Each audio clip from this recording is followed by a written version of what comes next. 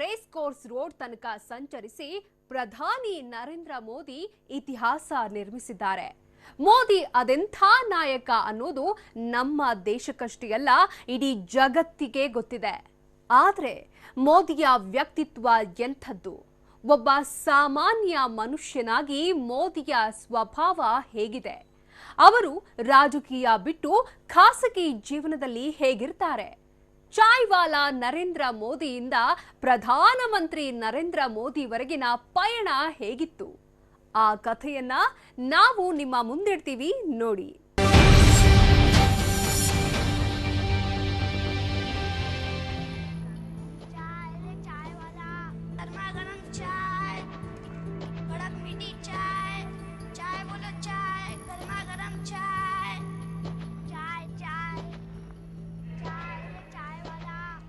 चाय वाले,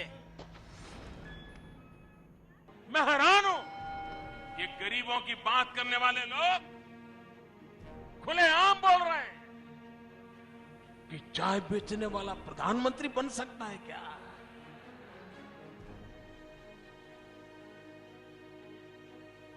अगर देश की जनता आशीर्वाद दे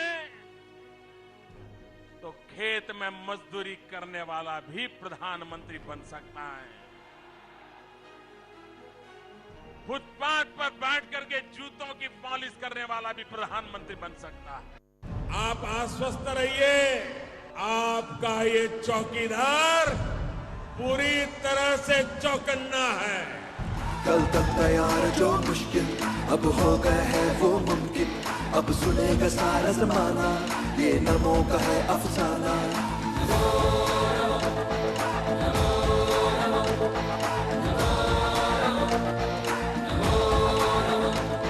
विजयी भव, विजयी भव,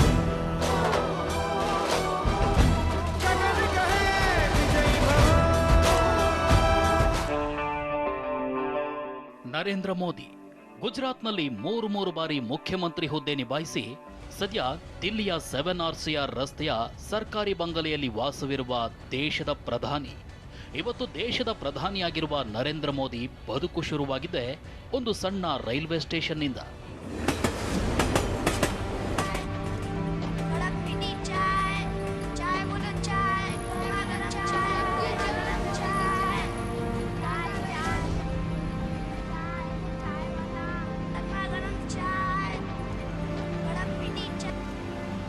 ಇವತ್ತು ಭಾರತದ ರಾಜಕೀಯ ಚರ್ಚೆ ನರೇಂದ್ರ ಮೋದಿಯ ಹೊರತಾಗಿ ಪೂರ್ಣವಾಗೋದಿಲ್ಲ. ಲಕ್ಷಾಂತರ ಮಂದಿಗೆ ಮೋದಿ ಒಬ್ಬ ಹೀರೋ ಆದ್ರೆ, ಲಕ್ಷಾಂತರ ಮಂದಿಗೆ ಅವರೊಬ್ಬ ವಿಲನ್ ರೀತಿಯೂ ಕಾಣ್ತಾರೆ. ಆದ್ರೆ ಖುದ್ದು ನರೇಂದ್ರ ಮೋದಿ ಒಬ್ಬ ವ್ಯಕ್ತಿಯಾಗಿ ಹೇಗೆ? ನಮಗೆ ಮೇಲ್ನೋಟಕ್ಕೆ ಕಾಣೋ ನರೇಂದ್ರ ಮೋದಿ ಸ್ವಭಾವತಃ ಹೇಗೆ?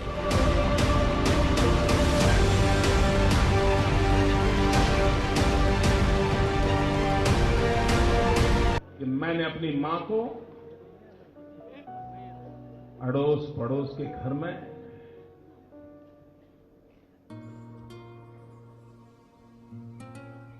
बर्तन साफ करके, पानी भर के हमें संस्कारित करने का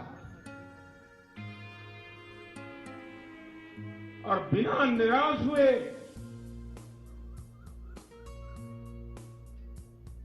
बच्चों को पालने का उस मां ने काम किया।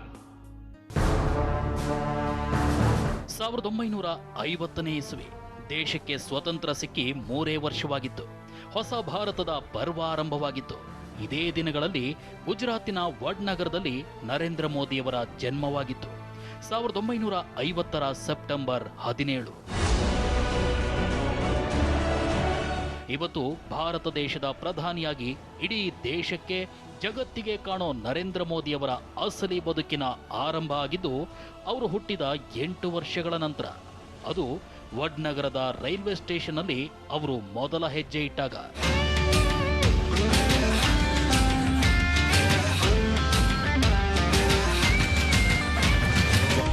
ಗುಜರಾತ್ನ ರಾಜಧಾನಿ ಗಾಂಧಿನಗರದಿಂದ 80 ಕಿಲೋಮೀಟರ್ ದೂರದ ಉತ್ತರ ಗುಜರಾತ್ನ ವಡ್ನಗರ್ ಎಂಬ ಸಣ್ಣ ಪಟ್ಟಣ. ಸುಮಾರು 56 ವರ್ಷಗಳ ಹಿಂದೆ ವಡ್ನಗರ್ ರೈಲ್ವೆ ಸ್ಟೇಷನ್ನಲ್ಲಿ ದಾಮೋದರ್ ದಾಸ್ ಮೋದಿಯ ಒಂದು ಸಣ್ಣ ಟೀ ಅಂಗಡಿ ಇತ್ತು. ಆ ದಿನಗಳಲ್ಲಿ 8 ವರ್ಷದ ಬಾಲಕ ನರೇಂದ್ರ ಕೂಡ ಬೆಳ್ಳಂಬೆಳಗ್ಗೆ ರೈಲ್ವೆ ಸ್ಟೇಷನ್ಗೆ ಬಂದು ಬಿಡ್ತಿದ್ದ. ತಂದೆ ದಾಮೋದರ್ ದಾಸ್ ಮಾಡಿದ ಟೀಯನ್ನ ನರೇಂದ್ರ ಕೆಟಲ್ಗೆ ಹಾಕೊಂಡು ಪ್ಲಾಟ್ಫಾರ್ಮ್ ಮೇಲೆ ಟೀ ಮಾರಲು ಹೊರಟು ಬಿಡ್ತಿದ್ದ.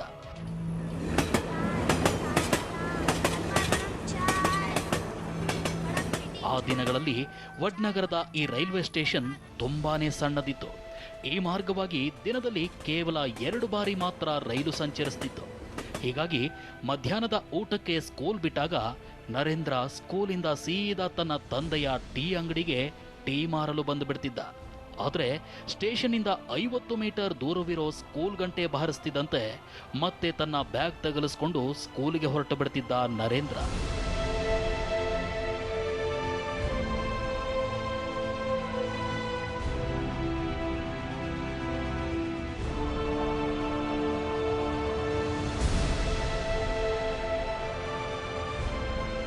ನರೇಂದ್ರ ಮೋದಿಯ ಜೀವನ ಇದೇ ರೀತಿ ರೈಲ್ವೆ ಸ್ಟೇಷನ್ ಮತ್ತು ಶಾಲೆಯ ನಡುವೆ ಸಾಗ್ತಿತ್ತು. ನರೇಂದ್ರ ಮೋದಿಯ ಬಾಲ್ಯದ ಸ್ನೇಹಿತರಾದ ಸುಧೀರ್ ಜೋಶಿ ಮತ್ತು ಪ್ರತಾಪ್ ಭಾಯ್ ಶಾ ಅವತ್ತಿನ ದಿನಗಳನ್ನು ಸ್ಮರಿಸಿಕೊಳ್ತಾರೆ. स्टेशन और स्कूल उनकी 2 मिनट के रास्ते पे थी. 50 मीटर दूर स्कूल थी और 50 मीटर जाने में बहुत समय नहीं होता है और छोटे बच्चे होते हैं, बच्चे दौड़ के ही जाते हैं. ವಡ್ನಗರದಲ್ಲಿರೋ ಈ ಮನೆ ಇವತ್ತು ನೋಡೋಕೆ ಸುಂದರವಾಗೇನೋ ಕಾಣ್ತಿದೆ.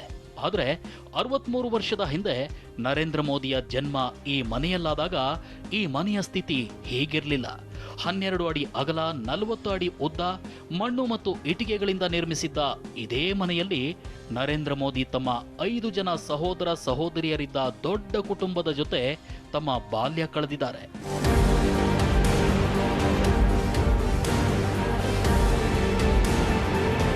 60ರ ದಶಕದಲ್ಲಿ ಗುಜರಾತ್ನ ವಡ್ನಗರದಲ್ಲಿನ ದಾಮೋದರ್ ದಾಸ್ ಮೋದಿ ಕುಟುಂಬದ ಜೀವನ ಅಷ್ಟೇನೂ ಚೆನ್ನಾಗಿರಲಿಲ್ಲ.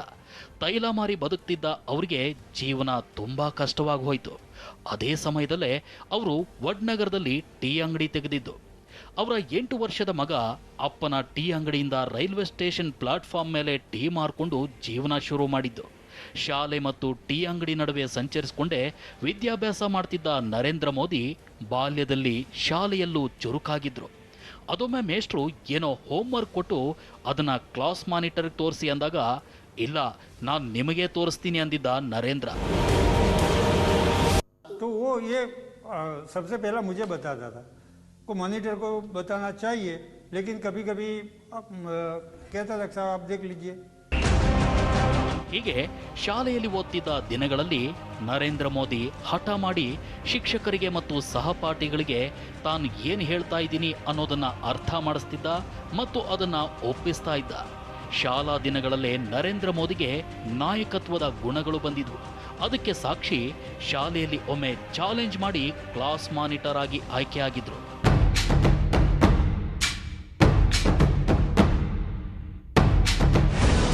ನರೇಂದ್ರ ಮೋದಿ ವಡ್ನಗರದ ಹೈಸ್ಕೂಲ್ನಲ್ಲಿ 10ನೇ ತರಗತಿವರೆಗೂ ಓದಿದ್ರು.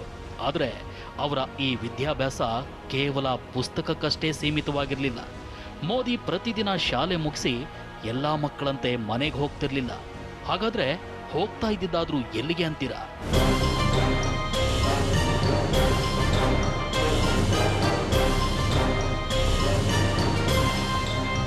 ಶಾಲೆ ಬಿಟ್ಟ ನಂತರ ನರೇಂದ್ರ ಮೋದಿ ಸಂಜೆ ಹೊತ್ತಲ್ಲಿ RSS ಶಾಖೆಗಳಲ್ಲಿ ಕಳೀತಾ ಇದ್ರು. उस टाइम पुलिस ग्राउंड है वडनगर में, वो पुलिस ग्राउंड में हमारी शाखा लगती थी, तो खेलने का बहुत मिलता था हमको. और खेलने के बाद जब बच्चे थक जाते हैं तो उनको बिठा के अच्छे अच्छे देशभक्ति के गीत वो गाते थे और हम भी उनके साथ वो देशभक्ति के गीत गाते थे.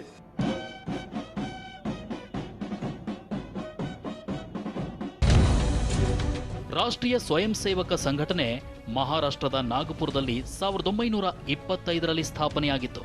ಅದರ ಒಂದು ಶಾಖೆಯನ್ನ ವಡ್ನಗರದಲ್ಲಿ 1943ರಲ್ಲಿ ತೆರೆಯಲಾಗಿತ್ತು. ಆದರೆ 1948ರಲ್ಲಿ ಮಹಾತ್ಮ ಗಾಂಧಿ ಹತ್ಯೆಯ ನಂತರ ಆಗಿನ ಸರ್ಕಾರ ಸಂಘದ ಮೇಲೆ ನಿರ್ಬಂಧ ಹೇರಿತು. ಆಗ ಗುಜರಾತ್ನಲ್ಲೂ ಸಂಘದ ಕಾರ್ಯಚಟುವಟಿಕೆ ಕುಂಠಿತಗೊಂಡಿತ್ತು. ಆದರೆ 10 ವರ್ಷದ ನಂತರ 1958ರಲ್ಲಿ ಬಾಬುಬಾಯಿ ನಾಯಕ್ ಅನ್ನೋ ಸಂಘದ ಪ್ರಚಾರಕರೊಬ್ಬರು ವಡ್ನಗರದಲ್ಲಿ ಯುವಕರನ್ನ ಸಂಘದ ಕಡೆ ಸೆಳೆಯೋ ಪ್ರಯತ್ನ ಮಾಡಿದಾಗ ಅದರಲ್ಲಿ ಭಾಗಿಯಾಗಿದ್ದು 8 ವರ್ಷದ ಬಾಲಕ ನರೇಂದ್ರ ಮೋದಿ. ಅದೊಂದಿನ RSS ಶಾಖೆಯಲ್ಲಿ ನರೇಂದ್ರ ಮೋದಿ ಲಕ್ಷ್ಮಣ್ ರಾವ್ ಇನಾಮ್ದಾರ್ ಉರ್ಫ್ ವಕೀಲ್ ಸಾಬ್ ಎಂಬ ವ್ಯಕ್ತಿಯ ಭೇಟಿಯಾಯಿತು. ಆಗ ಮೋದಿಯ ಜಗತ್ತೇ ಬದಲಾದಂತೆ ಭಾಸವಾಗಿತ್ತು.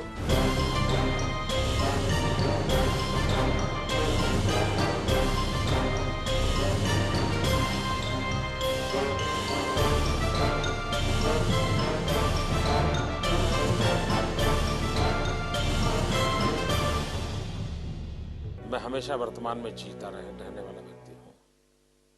अब जब वर्तमान में जीता हूँ तो विद्यार्थी काल को भी उसी प्रकार से जी लिया। मुझे एक सुविधा रही है कि मैं किसी भी कालखंड में खुद के लिए न जिया हूँ, खुद के लिए न कुछ सोचा है, और उसके कारण मैं उस कार्य के साथ अपने आप को जोड़ देता हूँ। हमारे संघ में एक प्रचारक पद्धति है जो अपना पूर्ण जीवन संघ के लिए दे देते हैं। तो नरेंद्र भाई के मगज में भी, उनके मन में भी ऐसा विचार आया कि मैं भी प्रचारक हो सकता हूं। उनके दिल में हुआ, और वो धार्मिक वृत्ति तो थे ही। आज भी शायद कम लोगों को पता है कि नरेंद्र भाई 2 टाइम की नवरात्रि जो होती है ना, चैत्री नवरात्रि और आसो की नवरात्रि, वो 35 साल से सिर्फ नींबू का पानी पी के वो नवरात्रि करते हैं। और योग तपस्या वो तो उनके स्वभाव में बचपन से ही है।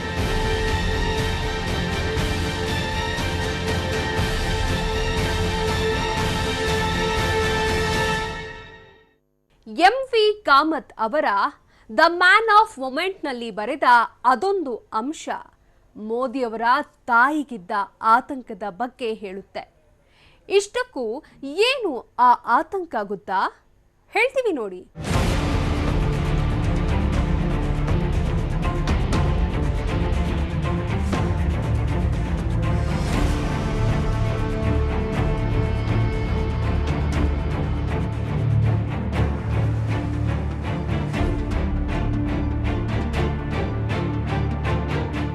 ನರೇಂದ್ರ ಮೋದಿ 8 ವರ್ಷದ ಬಾಲಕನಾಗಿದ್ದಾಗಲೇ RSS ಶಾಖೆಗಳಿಗೆ ಹೋಗೋದನ್ನ ರೂಢಿ ಮಾಡಿಕೊಂಡಿದ್ರು. ಬೆಳೀತಾ ಬೆಳೀತಾ ಆಧ್ಯಾತ್ಮ ಮತ್ತು ಧರ್ಮದ ಬಗ್ಗೆ ಉಂಟಾಗ್ತಿದ್ದ ಸೆಳೆತ ನೋಡಿ ಕುಟುಂಬದವರಿಗೆ ತುಂಬಾನೇ ಆತಂಕ ಶುರುವಾಗಿತ್ತು. ಅದರಲ್ಲೂ ಮೋದಿ ತಾಯಿ ಹೀರಾಬೆನ್ ಅವರಿಗಂತೂ ತಮ್ಮ ಮಗ ಎಲ್ಲಿ ಸನ್ಯಾಸಿ ಆಗ್ಬಿಟ್ಟಾನೋ ಅನ್ನೋ ಆತಂಕ ಕಾಡ್ತಾನೇ ಇತ್ತು. ಅದೇ ಕಾರಣಕ್ಕೆ ಮಗನಿಗೊಂದು ಮದುವೆ ಮಾಡಿಬಿಡೋಣ ಅನ್ನೋ ನಿರ್ಧಾರಕ್ಕೆ ಬಂದರು. ಅದೇ ರೀತಿ ಸ್ಥಳೀಯ ಹುಡುಗಿಯೊಬ್ಬಳ ಜೊತೆ ಮೋದಿಯ ಮದುವೆ ಗೊತ್ತು ಮಾಡಲಾಯಿತು.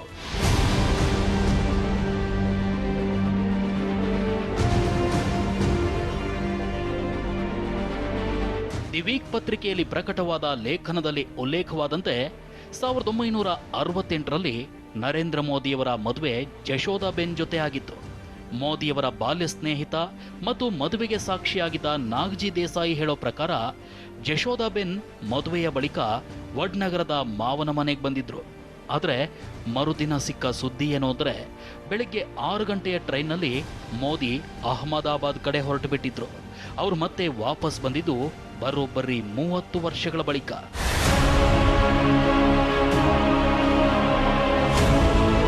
ಹದಿನೆಂಟು ವರ್ಷ ವಯಸ್ಸಿನ ಮೋದಿ ಮನೆ ತೊರೆದು ಆಧ್ಯಾತ್ಮಿಕದ ಕಡೆ ಆಕರ್ಷಿತರಾಗಿ 3 ವರ್ಷ ಎಲ್ಲಿದ್ರು, ಏನ್ ಮಾಡಿದ್ರು ಅನ್ನೋದು ಯಾರಿಗೂ ಗೊತ್ತಿಲ್ಲ. ಮೋದಿಯವರೇ ಹೇಳುವಂತೆ ಅವರು ಸನ್ಯಾಸ ಸ್ವೀಕರಿಸಿ ಹಿಮಾಲಯದಲ್ಲಿ ವಾಸವಿದ್ರಂತೆ.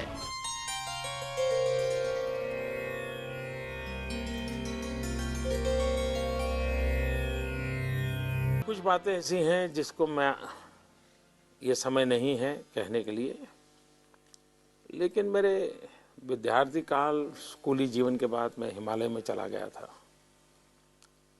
हिमालय के मेरी ज़िंदगी के जो 3 साल है करीब करीब, वहाँ की बहुत सी घटना है जो मुझे, लेकिन उसके विषय में अभी समय नहीं हुआ है कहने के लिए, कभी कहूँगा। ಸ್ವಾಮಿ ವಿವೇಕಾನಂದರು ಸ್ಥಾಪಿಸಿದ್ದ ಪಶ್ಚಿಮ ಬಂಗಾಳದ ಬೇಲೂರು ಮಠದಲ್ಲೂ ಮೋದಿ ಒಂದಷ್ಟು ಸಮಯ ಕಳೆದಿದ್ರು. ಅದೇ ಕಾರಣದಿಂದ ಮೋದಿ ಗುಜರಾತ್ನಲ್ಲಿ 3ನೇ ಬಾರಿಗೆ ಮುಖ್ಯಮಂತ್ರಿಯಾದಾಗಲೂ ಈ ಬೇಲೂರು ಮಠಕ್ಕೆ ಭೇಟಿ ಕೊಟ್ಟಿದ್ರು.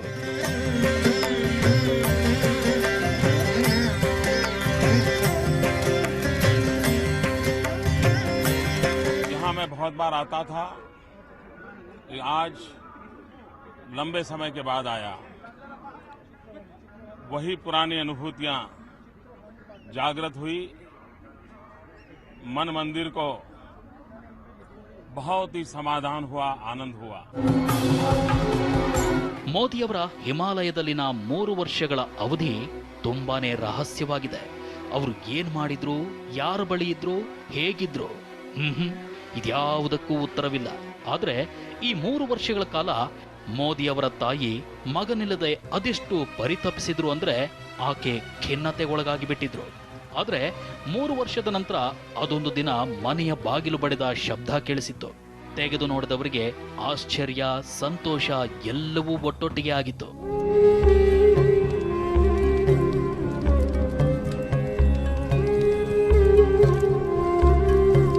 ಹಿಮಾಲಯದಿಂದ ವಾಪಸ್ ಮನೆಗೇನೋ ಬಂದ್ರು ಮೋದಿ.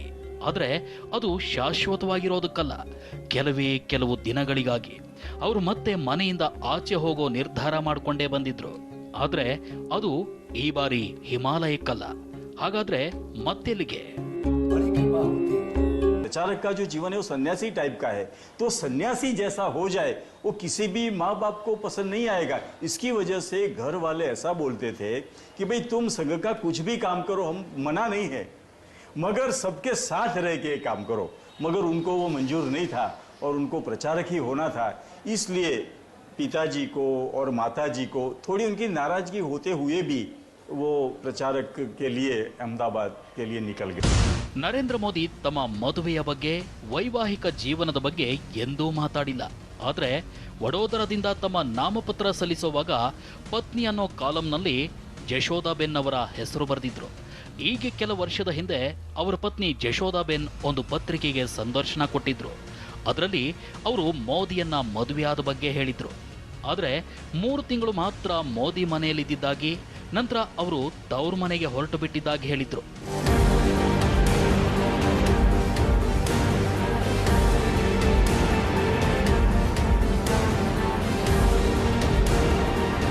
ನರೇಂದ್ರ ಮೋದಿ ಅವರು ತಮ್ಮ ಪತ್ನಿ ಜಶೋದಾಬೆನ್ ಮಾವನ ಮನೆಗೆ ಬಂದಾಗ, ಇಷ್ಟು ಸಣ್ಣ ವಯಸ್ಸಿನಲ್ಲಿ ಮದುವೆಯಾಗಿ ಮಾವನ ಮನೆಗೆ ಬಂದಿದ್ದಿರಲ್ಲ, ನೀವು ವಿದ್ಯಾಭ್ಯಾಸ ಮುಂದುವರಿಸಿ, ನನಗೆ ನನ್ನದೇ ಆದ ಬೇರೆ ಆಲೋಚನೆಗಳಿವೆ, ದೇಶಕ್ಕಾಗಿ ಏನಾದರೂ ಮಾಡಬೇಕು ಅಂದ್ಕೊಂಡಿದ್ದೇನೆ, ನಾನು RSS ಶಾಖೆಗಳಲ್ಲಿ ಕೆಲಸ ಮಾಡಬೇಕಿದೆ ಅಂತ ಹೇಳಿದ್ರಂತೆ.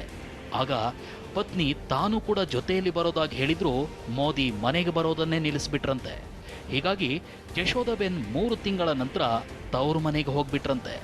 ಆಕೆ ಕೂಡ ಗುಜರಾತ್ನ ಶಾಲೆಯೊಂದರಲ್ಲಿ ಶಿಕ್ಷಕಿಯಾಗಿ ಸದ್ಯ ನಿವೃತ್ತಿ ಜೀವನ ನಡೆಸ್ತಿದ್ದಾರೆ. ನರೇಂದ್ರ ಮೋದಿಯ ಬಗ್ಗೆ ಅವರು ಇದುವರೆಗೂ ಯಾವುದೇ ರೀತಿಯ ಆರೋಪ ಮಾಡಿಲ್ಲ. ಆದರೆ ಪ್ರತಿಪಕ್ಷಗಳು ಮಾತ್ರ ಇದುವರೆಗೂ ಅದೇ ವಿಚಾರವನ್ನ ಪ್ರಸ್ತಾಪಿಸ್ತಿವೆ. पता नहीं कितने इलेक्शन लड़े हैं, पहली बार लिखा है कि शादीशुदा है, पहली बार दिल्ली में महिलाओं की इज्जत, मगर अपनी पत्नी का नाम एफिडेविट तक नहीं पहुंचता है। ಹೀಗೆ ಮೋದಿ ಮನೆ ತೊರೆದು ಅಹಮದಾಬಾದ್ಗೆ ಬಂದಾಗ ಅವರಿಗೆ ಆಶ್ರಯ ಕೊಟ್ಟಿದ್ದು ಇದೇ ಅಹಮದಾಬಾದ್ ಸರ್ಕಾರಿ ಬಸ್ ಸ್ಟ್ಯಾಂಡ್. ಈ ಬಸ್ ಸ್ಟ್ಯಾಂಡ್ನಲ್ಲಿ ಮೋದಿಯವರ ಚಿಕ್ಕಪ್ಪ ಒಂದು ಕ್ಯಾಂಟೀನ್ ನಡೆಸ್ತಾ ಇದ್ರು. ಮೋದಿ ಅಲ್ಲಿಗೆ ಬಂದಾಗ ಅವರನ್ನ ಕ್ಯಾಶಿಯರ್ ಸ್ಥಾನದಲ್ಲಿ ಕೂರಿಸಲಾಯಿತು. ಅದು 1971ನೇ ಇಸವಿ. ಮೋದಿ ಚಿಕ್ಕಪ್ಪನ ಟೀ ಕ್ಯಾಂಟೀನ್ನಲ್ಲಿ ಕ್ಯಾಶಿಯರ್ ಆಗಿದ್ದ ದಿನಗಳಲ್ಲಿ ಅಲ್ಲಿಗೆ ಜನಸಂಘ ಸದಸ್ಯರಾಗಿದ್ದ ಅಂಬಲಾಲ್ ಕೋಸ್ಟಿ ಅನ್ನೋ ವ್ಯಕ್ತಿಯೊಬ್ಬರು ಬರ್ತಿದ್ರು. 20 ವರ್ಷದ ನರೇಂದ್ರ ಮೋದಿ ಕ್ಯಾಂಟೀನ್ ನಡೆಸೋ ರೀತಿ ಕಂಡು ಅವರಿಗೆ ಆಶ್ಚರ್ಯವಾಗಿತ್ತು. ಮೋದಿಗೆ ಅವರ ಪರಿಚಯವಾಗಿ ನಂತರ ಜನಸಂಘದಲ್ಲಿ ತಮ್ಮನ್ನ ತಾವು ತೊಡಗಿಸಿಕೊಂಡ್ರು.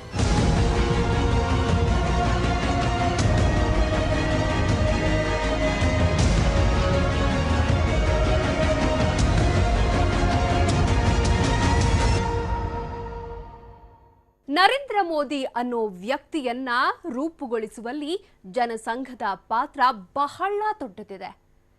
ಮನೆ ತೊರೆದು ಬಂದ ಮೋದಿ RSS ಪ್ರಚಾರಕ ಆಗಿದ್ದು ಹೇಗೆ, ಅಲ್ಲಿಂದ ಅವರ ಬದುಕು ತಿರುವು ಪಡ್ಕೊಂಡಿದ್ದು ಹೇಗೆ ತೋರಿಸ್ತೀವಿ ನೋಡಿ.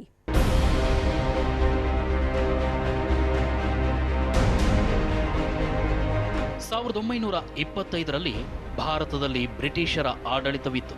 ಸ್ವಾತಂತ್ರ್ಯ ಸಂಗ್ರಾಮಕ್ಕಾಗಿ ಹೋರಾಟ ಜೋರಾಗಿದ್ದ ದಿನಗಳವು.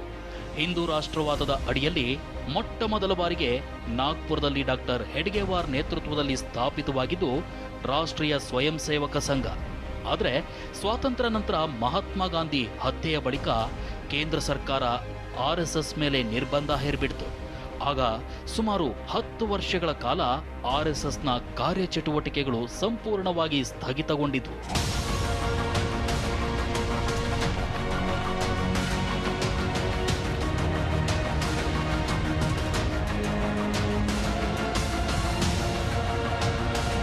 ದೇಶಾದ್ಯಂತ RSS ಸಂಘಟನೆ ಮರುಸ್ಥಾಪನೆಗಾಗಿ ಪ್ರಚಾರಕಗಳು ಸಂಘಟಿಸ್ತಾ ಇದ್ರು. ಈ ಕಡೆ ಗುಜರಾತ್ನಲ್ಲಿ ಲಕ್ಷ್ಮಣ್ ರಾವ್ ಇನಾಮ್ದಾರ್ ಎಂಬ RSS ಪ್ರಚಾರಕರು ಸಂಘಟನೆಯನ್ನ ಗಟ್ಟಿಗೊಳಿಸೋ ಕಾರ್ಯದಲ್ಲಿ ತೊಡಗಿದ್ರು. ಅವರ 30 ವರ್ಷಗಳ ಸತತ ಶ್ರಮದಿಂದ ಗುಜರಾತ್ನಲ್ಲಿ ಸಂಘದ ದೊಡ್ಡ ಸೈನ್ಯವನ್ನೇ ನಿರ್ಮಿಸಿದ್ರು. ಅದೇ ಸಂಘದಲ್ಲೇ ಆ ಯುವಕ ಕೂಡ ಗುರುತಿಸಿಕೊಂಡಿದ್ದ. ಅವರೇ ನರೇಂದ್ರ ಮೋದಿ.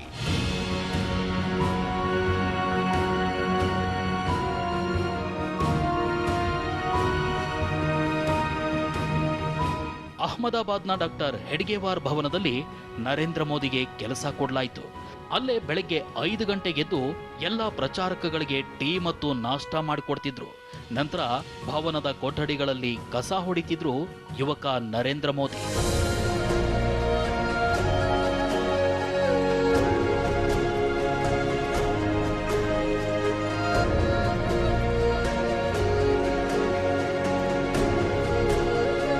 ಎಪ್ಪತ್ತರ ದಶಕದಲ್ಲಿ ಗುಜರಾತ್ನಲ್ಲಷ್ಟೇ ಅಲ್ಲ, ಇಡೀ ದೇಶದಲ್ಲಿ ಸಂಘ ತೀರಾ ಕಷ್ಟಕಾಲದಲ್ಲಿ ನಡೆಯುತ್ತಿತ್ತು. ಅದರ ಜೊತೆಗೆ ಕೇಂದ್ರದಲ್ಲಿ ಅಧಿಕಾರದಲ್ಲಿದ್ದ ಕಾಂಗ್ರೆಸ್ಗೆ ಪರ್ಯಾಯ ಅಧಿಕಾರವಾಗಿ ಬಹಳ ವೇಗವಾಗಿ ಬೆಳೆಯುತ್ತಿತ್ತು. 1973ರಲ್ಲಿ ಚಿಮನ್ಭಾಯ್ ಪಟೇಲ್ ಗುಜರಾತ್ ಮುಖ್ಯಮಂತ್ರಿಯಾಗಿದ್ದಾಗ ತೀವ್ರ ಬರ ಬಂದಪ್ಪಳಿಸಿತ್ತು. ದಿನಬಳಕೆ ವಸ್ತುಗಳ ಬೆಲೆ ಗಗನಕ್ಕೇರಿತ್ತು.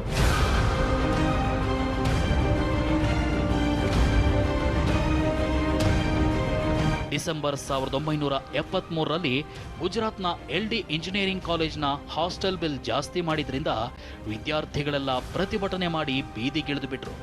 ಆಗ ಆ ದಂಗೆ ಇಡೀ ಗುಜರಾತಿನಾದ್ಯಂತ ಹಬ್ಬಿಬಿಡ್ತು. ಗುಜರಾತ್ನ 40 ನಗರಗಳಲ್ಲಿ ಕರ್ಫ್ಯೂ ವಿಧಿಸಲಾಗಿತ್ತು. ಅದೇ ಸಮಯದಲ್ಲಿ ಕೇಂದ್ರ ಸರ್ಕಾರದ ವಿರುದ್ಧ ಹೋರಾಟ ತೀವ್ರವಾಗಿ ಬಿಡ್ತು. ಎಲ್ಲರೂ ಸೇರಿ ಇಂದಿರಾ ಗಾಂಧಿ ತೆಗೆದುಕೊಳ್ತಿದ್ದ ನಿರ್ಣಯಗಳಿಗೆ ವಿರೋಧ ವ್ಯಕ್ತಪಡಿಸ್ತಿದ್ರು.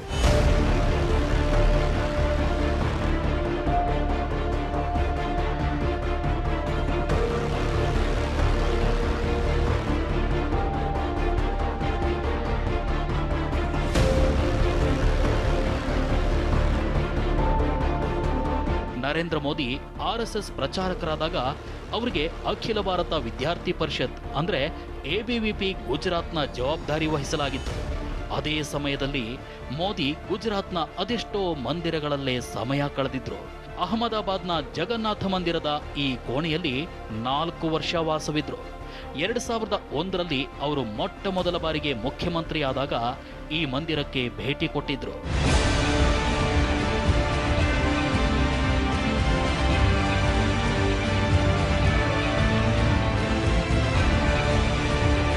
ಗುಜರಾತ್ನಲ್ಲಿ ವಿದ್ಯಾರ್ಥಿ ದಂಗೆಗಳು ಜೋರಾದಾಗ ಆಗಿನ ಪ್ರಧಾನಿ ಇಂದಿರಾ ಗಾಂಧಿ ಗುಜರಾತ್ನ ಚಿಮನ್ಭಾಯ್ ಪಟೇಲ್ ಸರ್ಕಾರವನ್ನ ವಜಾಗೊಳಿಸಿಬಿಟ್ರು. ರಾಷ್ಟ್ರಪತಿ ಆಡಳಿತ ಹೇರಿಬಿಟ್ರು. ಆದರೆ ವಿದ್ಯಾರ್ಥಿ ದಂಗೆ ಮಾತ್ರ ಶಮನವಾಗಲಿಲ್ಲ. ರಾಜ್ಯದಲ್ಲಿ ಸಮಾಜದ ಪುನರ್ ನಿರ್ಮಾಣದ ಘೋಷದೊಂದಿಗೆ ನವನಿರ್ಮಾಣ ಆಂದೋಲನ ಶುರುವಾಯಿತು. ಅದರ ಜೊತೆಗೆ ಕೈ ಜೋಡಿಸಿದ್ದು ಜನಸಂಘ. ABVP ಇನ್ಚಾರ್ಜ್ ಆಗಿದ್ದ ನರೇಂದ್ರ ಮೋದಿ ನವನಿರ್ಮಾಣ ಆಂದೋಲನಕ್ಕಿಳಿದು ಬಿಟ್ರು.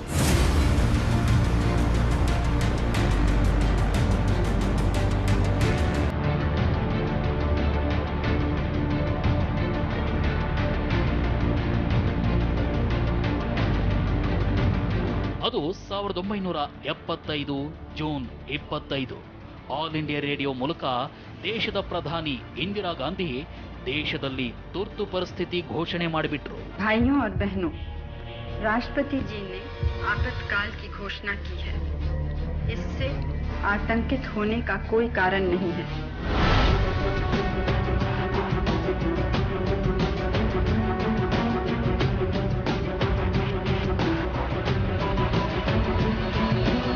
ತುರ್ತು ಪರಿಸ್ಥಿತಿ ಘೋಷಣೆಯಿಂದಾಗಿ ದೇಶದ ರಾಜಕೀಯ ಸಂಘಟನೆಗಳ ಮೇಲೆ ನಿರ್ಬಂಧ ಹೇರಲಾಯಿತು. ಅದರಲ್ಲಿ RSS ಕೂಡ ಇತ್ತು. ಆಗ ಸಂಘದ ಬೈಠಕ್ಕನ್ನ ಅಹಮದಾಬಾದ್ನಲ್ಲಿ ಕರೆಯಲಾಗಿತ್ತು. ಅದು ಅತ್ಯಂತ ಸೂಕ್ಷ್ಮವಾದ ಬೈಠಕ್. ಆಗ ಆ ಬೈಠಕ್ಗೆ ನರೇಂದ್ರ ಮೋದಿ ಸಿಖ್ ವೇಷ ತೊಟ್ಟು ಬಂದಿದ್ರು.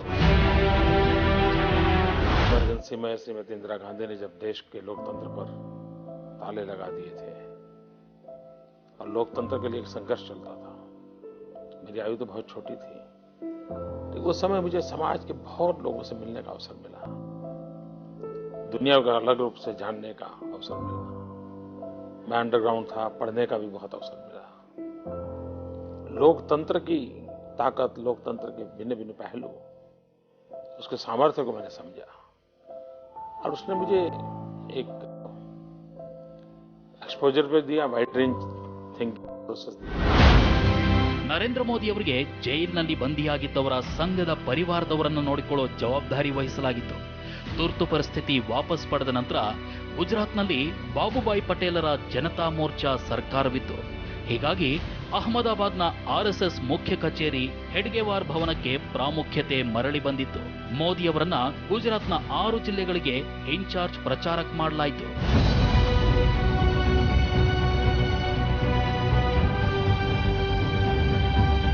ಕೇಂದ್ರದಲ್ಲಿ ತದನಂತರ ಬಂದ ಸರ್ಕಾರಗಳಲ್ಲಿ ಜನಸಂಘ ಕೂಡ ಶಾಮೀಲಾಗಿತ್ತು. ಕೇಂದ್ರದಲ್ಲಿ ಜನತಾ ಪಾರ್ಟಿಯ ಸರ್ಕಾರ ಬಿದ್ದಾಗ ಜನಸಂಘವನ್ನು ಕೊನೆಗೊಳಿಸಿಬಿಟ್ರು. ಅದರ ಜಾಗದಲ್ಲಿ 1980ರಲ್ಲಿ ಸ್ಥಾಪಿತವಾಗಿದೆ ಭಾರತೀಯ ಜನತಾ ಪಾರ್ಟಿ.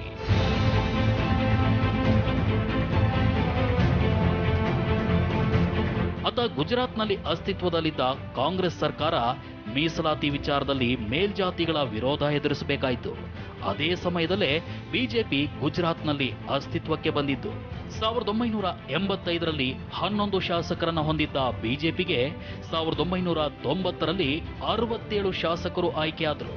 ಆಗ ಜನತಾ ಪಾರ್ಟಿಯೊಂದಿಗೆ ಸೇರಿ ಬಿಜೆಪಿ ಗುಜರಾತ್ನಲ್ಲಿ ಮೊಟ್ಟ ಮೊದಲ ಬಾರಿಗೆ ಸರ್ಕಾರ ರಚಿಸಿತ್ತು. 1986ರಲ್ಲಿ ಲಾಲ್ ಕೃಷ್ಣ ಅಡ್ವಾಣಿ ಬಿಜೆಪಿ ಅಧ್ಯಕ್ಷರಾದಾಗ ಬಿಜೆಪಿಗೆ ಪ್ರಾಮುಖ್ಯತೆ ಬಂತು. 1987ರಲ್ಲಿ ಅಹಮದಾಬಾದ್ ಮುನ್ಸಿಪಲ್ ಕಾರ್ಪೊರೇಷನ್ ಚುನಾವಣೆಯಲ್ಲಿ ಬಿಜೆಪಿ ಅಭೂತಪೂರ್ವ ಗೆಲುವು ದಾಖಲಿಸಿತು. ಆಗ ನರೇಂದ್ರ ಮೋದಿಯನ್ನ ಸಂಘದಿಂದ ಗುಜರಾತ್ ಬಿಜೆಪಿಯ ಪದಾಧಿಕಾರಿಯಾಗಿ ಮಾಡಲಾಯಿತು. ಅದರ ಮುಂದಿನ ವರ್ಷವೇ ನರೇಂದ್ರ ಮೋದಿಯನ್ನ ಗುಜರಾತ್ ಬಿಜೆಪಿಯ ಪ್ರಧಾನ ಕಾರ್ಯದರ್ಶಿಯಾಗಿ ನೇಮಕ ಮಾಡಲಾಯಿತು. ಅಲ್ಲಿಂದ ಶುರುವಾಯಿತು ನರೇಂದ್ರ ಮೋದಿಯ ರಾಜಕೀಯ ಪಯಣ.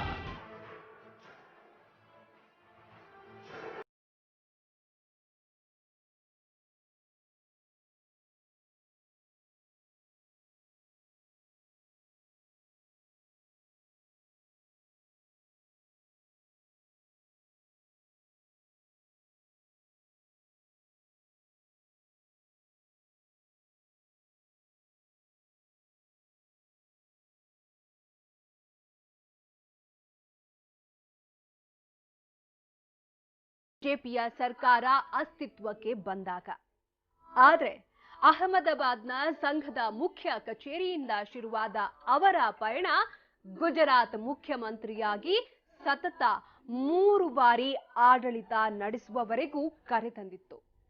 ಇದೇ ಅವರನ್ನ ದಿಲ್ಲಿಯ ಪ್ರಧಾನಿ ಗದ್ದುಗೆ ತನಕ ಕರೆದೊಯ್ದಿತ್ತು. ಹೇಗೆ ಅಂತ ತೋರಿಸ್ತೀವಿ ನೋಡಿ.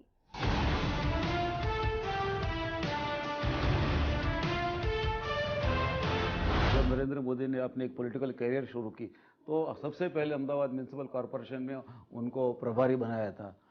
तो एक बाजू मेयर थे और स्टैंडिंग कमेटी के चेयरमैन थे, एक बाजू नरेंद्र मोदी थे. तो सभी स्टैंडिंग कमेटी के जो मेंबर्स थे उनको अपने एक रूम में इकट्ठा करते थे, बोलते भाई अभी चलो बताओ क्या एजेंडा है.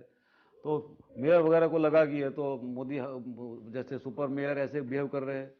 तो सभी स्टैंडिंग कमेटी के मेंबर्स ने उनके सामने फिर रेबेल कर दिया और फिर बंद कर दिया और बोला कि भाई नरेंद्र मोदी को हटाओ. नरेंद्र मोदी को हटा दिया.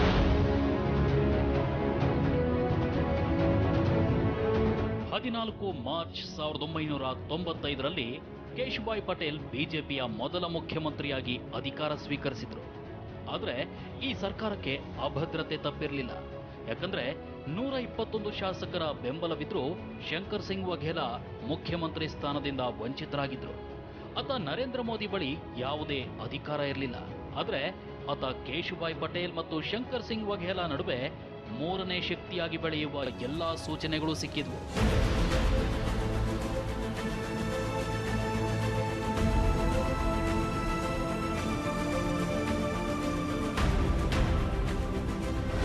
देखा कि जितने लोग केशुभाई पटेल को मिलने जाते थे उससे ज़्यादा वो लॉबी में चलने वाले न तो वो धारासभ्य थे, न विधानसभा के सभ्य थे, न असेंबली के सभ्य थे, न कुछ सांसद थे, ना ही कुछ मिनिस्टर थे।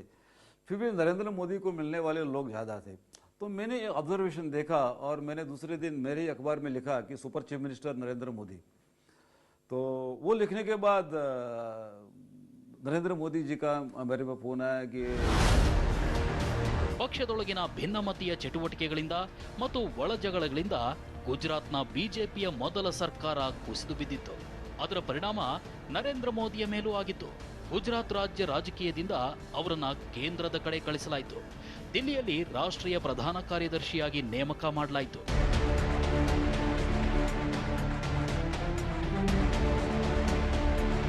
ದಿಲ್ಲಿಯ ಲ್ಯೂಟ್ನೆಂಟ್ ಏರಿಯಾದ ಬಂಗ್ಲೆ ನಂಬರ್ 11 ಮುಂದಿನ 6 ವರ್ಷಗಳ ಕಾಲ ನರೇಂದ್ರ ಮೋದಿಯ ಕಚೇರಿಯಾಯಿತು. ಪಂಜಾಬ್ ಮತ್ತು ಹರಿಯಾಣ ಸೇರಿದಂತೆ 5 ರಾಜ್ಯಗಳ ಬಿಜೆಪಿ ಉಸ್ತುವಾರಿಯಾಗಿ ನೇಮಿಸಲಾಯಿತು. ಅಡ್ವಾಣಿಯ ಆಪ್ತ ವಲಯದಲ್ಲಿ ಗುರುತಿಸಿಕೊಂಡಿದ್ದ ಮೋದಿಗೆ ಮುಂದಿನ ಹಾದಿ ಅಷ್ಟು ಸುಲಭದ್ದಾಗಿರಲಿಲ್ಲ. ಯಾಕಂದ್ರೆ ಪ್ರಮೋದ್ ಮಹಾಜನ್ರಂತ ಮುಖಂಡರು ಅದಾಗಲೇ ಅಡ್ವಾಣಿ ಬಳಗದಲ್ಲಿ ಗಟ್ಟಿಯಾಗಿ ನೆಲೆ ನಿಂತಿದ್ರು. ದಿಲ್ಲಿಯಲ್ಲಿ ನರೇಂದ್ರ ಮೋದಿ ರಾಷ್ಟ್ರೀಯ ಪ್ರಧಾನ ಕಾರ್ಯದರ್ಶಿಯಾಗಿ ಕೆಲಸ ಮಾಡ್ತಿದ್ರು. ಆದರೆ ಅವರ ಪಕ್ಷ ಸಂಘಟನೆಯ ಸಾಮರ್ಥ್ಯ ಮತ್ತು ವರ್ಚಸ್ಸು ಹೆಚ್ಚಾಗಿದ್ದು 1998ರಲ್ಲಿ ಹಿಮಾಚಲ ಪ್ರದೇಶದಲ್ಲಿ ಬಿಜೆಪಿ ಮೈತ್ರಿ ಸರ್ಕಾರ ರಚನೆ ಮಾಡಿಸುವಲ್ಲಿ ಯಶಸ್ವಿಯಾದಾಗ.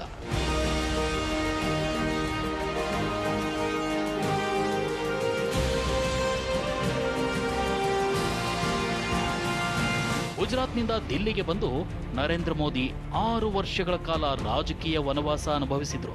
ಈ ನಡುವೆ ಕೇಂದ್ರದಲ್ಲಿ ಅಟಲ್ ಬಿಹಾರಿ ವಾಜಪೇಯಿ ಅವರ 13 ದಿನ ಮತ್ತು 13 ತಿಂಗಳ ಸರ್ಕಾರ ಬಂದು ಬಿದ್ದು ಹೋಗಿಯಾಗಿತ್ತು. 1998ರಲ್ಲಿ ಕೇಶುಭಾಯ್ ಪಟೇಲ್ ಮತ್ತೆ ಗುಜರಾತ್ ಮುಖ್ಯಮಂತ್ರಿಯಾದರು. ಆದರೆ ಅಷ್ಟೊತ್ತಿಗಾಗಲೇ ಅವರ ತಂಡದಲ್ಲಿ ಮೋದಿಯ ಜಾಗದಲ್ಲಿ ಸಂಜಯ್ ಜೋಶಿ, ಹರೇನ್ ಪಾಂಡ್ಯ ಮತ್ತು ಗೋವರ್ಧನ್ ರಂತ ಹೊಸ ಮುಖಗಳು ತಮ್ಮ ಸ್ಥಾನ ಗಟ್ಟಿ ಮಾಡಿಕೊಂಡಿದ್ವು. ಅದು ಎಷ್ಟರ ಮಟ್ಟಿಗೆ ಅಂದ್ರೆ 1998ರ ಚುನಾವಣೆ ವೇಳೆ ನರೇಂದ್ರ ಮೋದಿ ಗುಜರಾತ್ಗೆ ಹೋಗಬೇಕು ಅಂದಾಗ ಕೇಶುಭಾಯ್ ಪಟೇಲ್ರಿಗೆ ಆಪ್ತರಾಗಿದ್ದ ಸಂಜಯ್ ಜೋಶಿ ವಿರೋಧ ವ್ಯಕ್ತಪಡಿಸಿದ್ರು. ಇದೇ ಕಾರಣಕ್ಕಾಗಿ ಇವರಿಬ್ಬರ ವೈರತ್ವ ಈಗಲೂ ಕೆಲವೊಮ್ಮೆ ಚರ್ಚೆಗೆ ಬರುತ್ತೆ. ಆದರೆ ಈ ವೈರತ್ವ ಶುರುವಾಗಿದ್ದು 1996ರಲ್ಲಿ ನರೇಂದ್ರ ಮೋದಿಯನ್ನ ಗುಜರಾತ್ನಿಂದ ದಿಲ್ಲಿಗೆ ಕಳಿಸಿದಾಗ.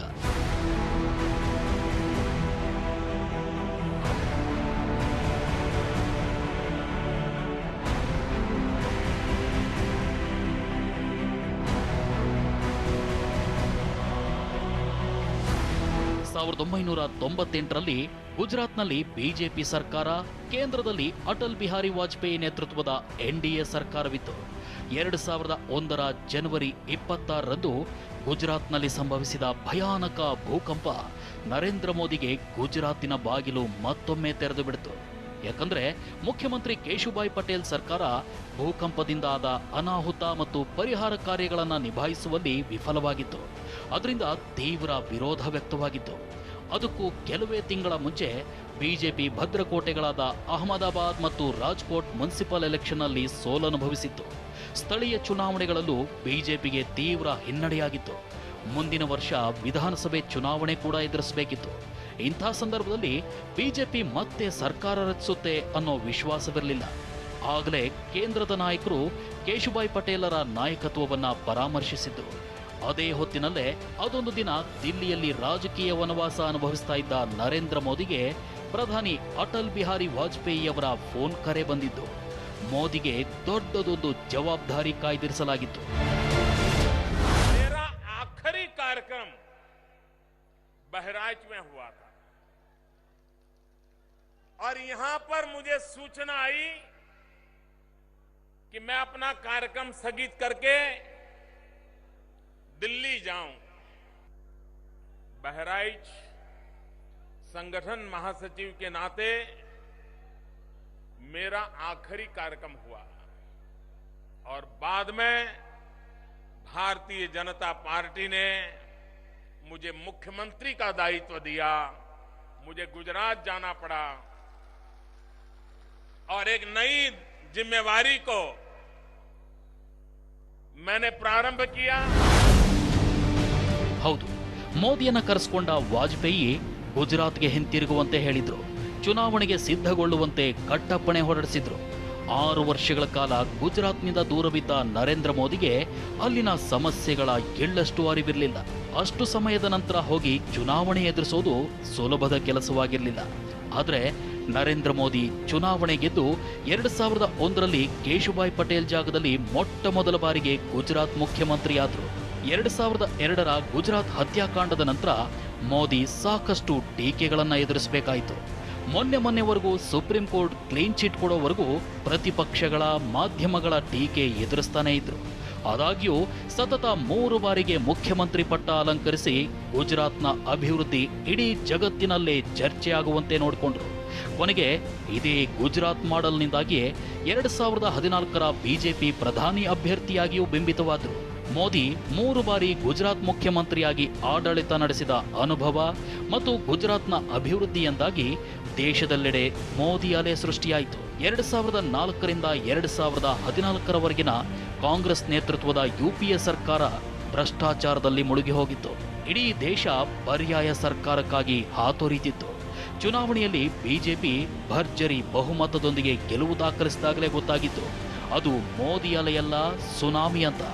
2014ರ ಮೇ 16ರಂದು ದೇಶದ ಪ್ರಧಾನಿಯಾಗಿ ಅಧಿಕಾರ ಸ್ವೀಕರಿಸಿದ ನರೇಂದ್ರ ಮೋದಿ ಈ 5 ವರ್ಷಗಳಲ್ಲಿ ಭಾರತದ ಕಡೆ ಇಡೀ ಜಗತ್ತೇ ತಿರುಗಿ ನೋಡುವಂತೆ ಮಾಡಿದ್ದಾರೆ. ಈಗ ಮತ್ತೆ 2019ರ ಲೋಕಸಮರದಲ್ಲಿ ಜನರ ಮುಂದೆ ಬಂದಿದ್ದ ಮೋದಿಯನ್ನ ಮತ್ತೊಮ್ಮೆ ದೇಶದ ಜನತೆ ಪ್ರಚಂಡ ಬಹುಮತದೊಂದಿಗೆ ಆರಿಸಿ ಕಳಿಸಿದೆ. ಮತ್ತೊಮ್ಮೆ ಮೋದಿ ಅನ್ನೋ ಘೋಷವಾಕ್ಯವನ್ನ ನಿಜವಾಗಿಸಿದ್ದಾರೆ ದೇಶದ ಮತದಾರರು. ಸತತ 2ನೇ ಬಾರಿಗೆ ಪ್ರಧಾನಮಂತ್ರಿ ಪಟ್ಟವೇರಲಿರುವ ನರೇಂದ್ರ ಮೋದಿ ಇನ್ನು ಮುಂದಿನ 5 ವರ್ಷಗಳ ಕಾಲ ಈ ದೇಶವನ್ನ ಮುನ್ನಡೆಸಲಿದ್ದಾರೆ. ಅವ್ರ ಮುಂದೆ ಈ ಹಿಂದಿಗಿಂತ ಸಾಕಷ್ಟು ಕಠಿಣವಾದ ಸವಾಲುಗಳಿವೆ. ದೇಶವನ್ನ ಅಭಿವೃದ್ಧಿಯ ಪಥದತ್ತ ಕೊಂಡೊಯ್ಯುವ ಚಾಲೆಂಜ್ ಅವರ ಮುಂದಿದೆ. ಬಲಿಷ್ಠ ಭಾರತವನ್ನ ಕಟ್ಟುವ ಮಹತ್ತರವಾದ ಜವಾಬ್ದಾರಿ ಪ್ರಧಾನಿ ನರೇಂದ್ರ ಮೋದಿ ಮೇಲಿದೆ. All the best mister prime minister.